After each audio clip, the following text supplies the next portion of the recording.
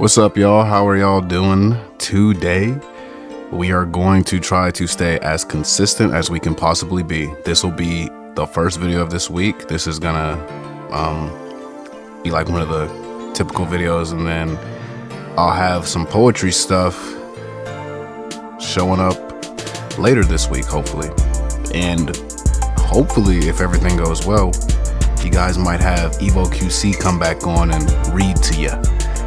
We're trying to figure out the kinks of that right now, but who knows?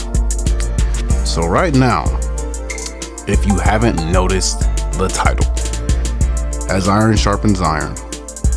So the verse is from, if you've never heard of it before, this is a verse from Proverbs 27:17. As iron sharpens iron, so one person sharpens another. And I have a couple more verses too that I quickly want to get out of here that I quickly want to say that are also going to loop into what I'm talking about. So we have that one. We have Proverbs 27:9. Perfume and incense bring joy to the heart, and the pleasantness of a friend springs from their heartfelt advice. And finally, Proverbs 12:26. The righteous choose their friends carefully, but the way of the wicked leads them astray.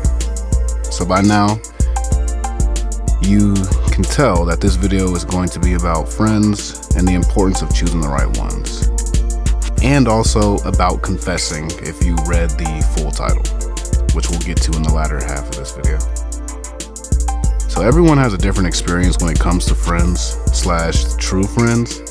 Now, growing up is pretty much the same through all of my school years, where I essentially had a situation where a decent sum of people knew me. Like, I was pretty well known, but only had a very small group of people to actually say were real friends, which can still sound pretty average as an experience, but hey, it's still my unique one. But even within that small group of friends, there was an even smaller circle of friends that I could actually have those very meaningful, deep conversations with, like fears, dreams. And I'm not talking about the simple, oh yeah, this is what I want to do when I grow up, or yada yada yada. I'm talking about those dreams that when you speak them out loud, you have a weight on your chest. You know, those dreams that feel like your identity, essence, and calling are attached to, right? Those things that when you speak on them and you talk about how much they mean to you, your heart just can't help but feel heavy. You know, those friends that when you talk to them, they individualize you from the blob of people you randomly interact with on a day-to-day basis, in day-to-day life. Now, sadly, there are a lot of people who have never experienced this. And if you've experienced true and genuine friendship and are very thankful and grateful for the people God placed in your life, you lament, word of the day, you lament for people who haven't experienced the same. Even though lament is probably too deep of a word for that feeling, you just kind of feel bad for people who haven't experienced the same thing as you. And again, to a lot of you, this is like already known. This information isn't like finding an undiscovered planet or finding a new Sour Patch Kids flavor. Shout out Sour Patch. That's like my top 3 candies. What I'm telling you is, again, all basic knowledge for most. But the reason I talk about this today is because more than just the typical encouragement, fun times, and heartfelt conversations, I believe that one of the biggest reasons God put these wonderful people in my life is to reveal things about myself through my friends, good and bad, but it's usually mostly bad. I say that because a lot of the times I talk to my friends typically when they are venting to me about their problems or certain things in their life, and it seems as though a giant mirror is right in front of me, and while I'm consoling them, I'm looking through this one-way mirror, and I'm seeing my past prayers and conversations with God that show me how obstinate, another good word, I am, and also providing a potential glimpse into God's perspective. Now, I'm not saying that I'm God. I'm actually quite the contrary, but it's But it's like when you're growing up and lots of the things your parents used to get on you about, you begin to understand why. And this feeling is natural. After all, He is God, the Father. So it's natural to feel like, oh, this is what my parents were talking about, given the circumstance. But let me provide an example. When my friends come to me about fears of the future pertaining to career or living goals, I do my best to speak life into them and to tell them that not only are their feelings justified, but that it shouldn't stop them from pursuing what they believed they're called to. And I find myself repeating and reinforcing common things that at face value are obvious answers, but said weight can only be fundamentally understood through obedience in movement. So here I am staring through the one-way mirror of the prayer I had last night with God, last month, last year, where God's instructions were clear the first time, begin to resonate when I try to help a friend. Another example, I was talking to a friend about relationship issues, and through my perspective, it seems like they were still hung up on their previous relationship that didn't end the best. And here I go, expressing the usual in the most delicate way I can, of course. You have to move on. Saying the typical, you have to give up what is old to make way for what is new, right? Which, again, these things are true, but only through true obedience can you fully understand the weight of these common things, right? Because it's easy to say, oh, do this, do that. But a lot of people don't do it. But giving up what is old and making way for what is new because it no longer serves you, and that you have to release it and to trust that God will replace it with what is better and just, right? And this is just what I'm telling my friend at the time.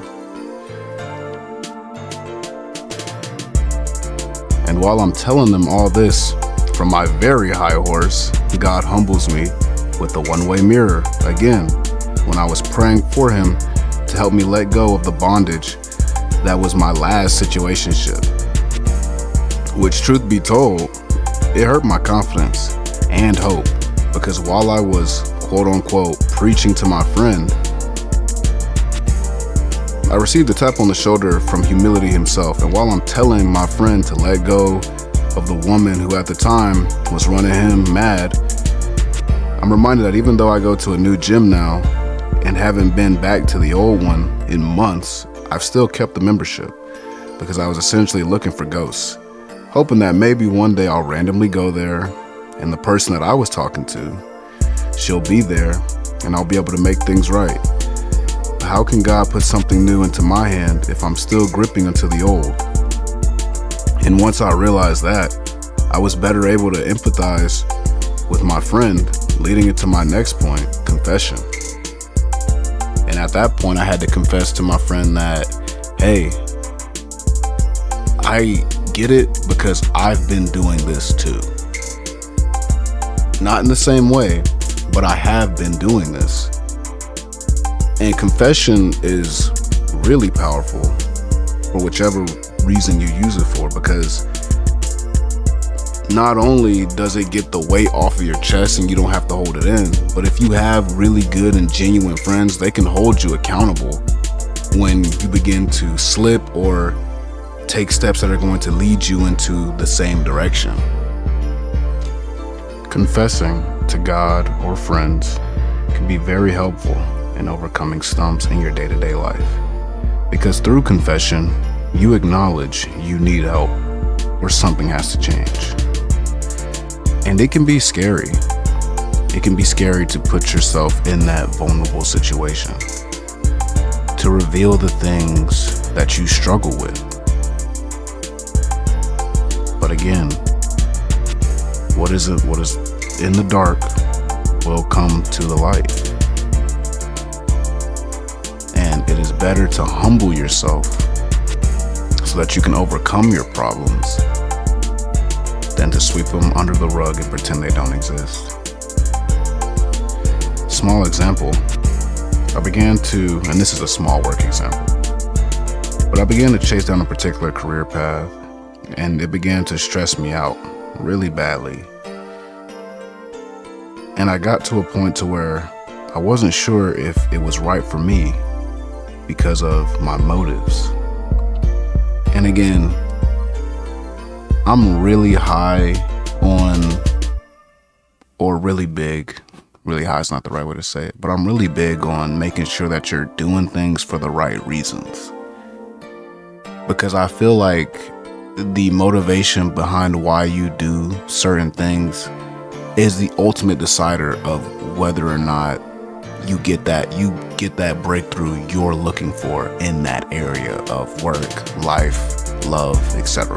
Right? But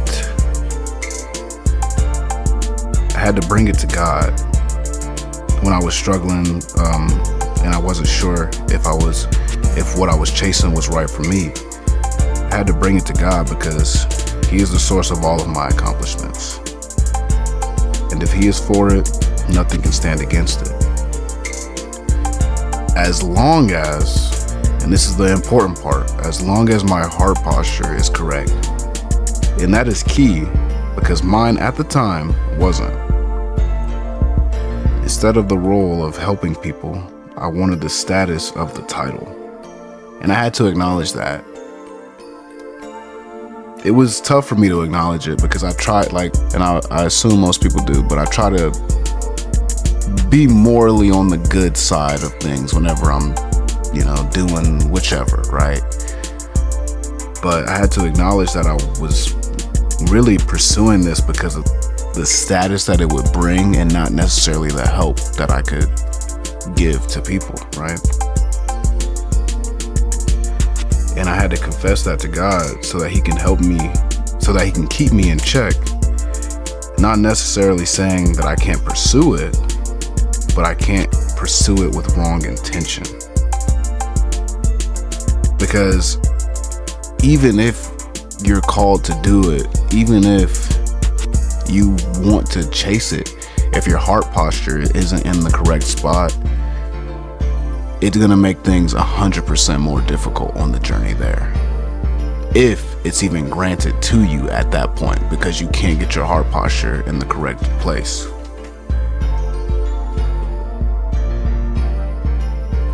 Apart from that, you can confess to a trusted friend. You can confess the things that you may be struggling with so they can provide insight and help.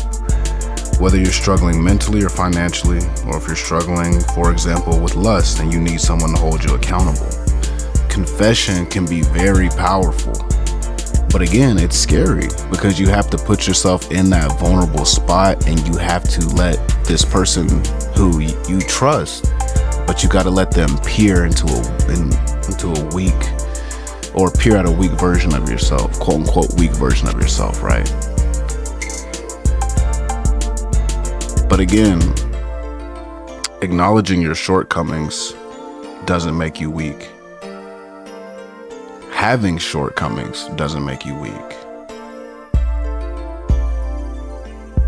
And when you have someone in your life, God and the people He's placed in your life, to be able to confess, to be able to sharpen each other, to be able to hold each other accountable and help each other move forward. If your heart's in the right place, there's not much you can do to fail. There's not much y'all can do to fail. So, but hey, that's what I wanted to talk about this week.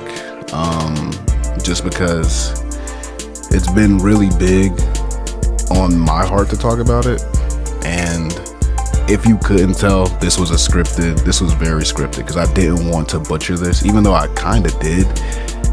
And I had to do like a decent amount of editing because I was tripping over my words and stuff like that. But this is something that I really did want to talk about because humility, oh my gosh, especially in this time where everything feels like a humiliation ritual, and being vulnerable in general just feels like you're automatically putting yourself at a disadvantage, which it probably always has. But, these times probably doesn't make it feel any better. I just felt the huge urge to talk about this. So hopefully you guys enjoyed it. Stay tuned for some poetry and for an overview of that. And hopefully we can get that boy Evo on here to read out some of his own poems. But I will catch y'all later. Y'all take it easy.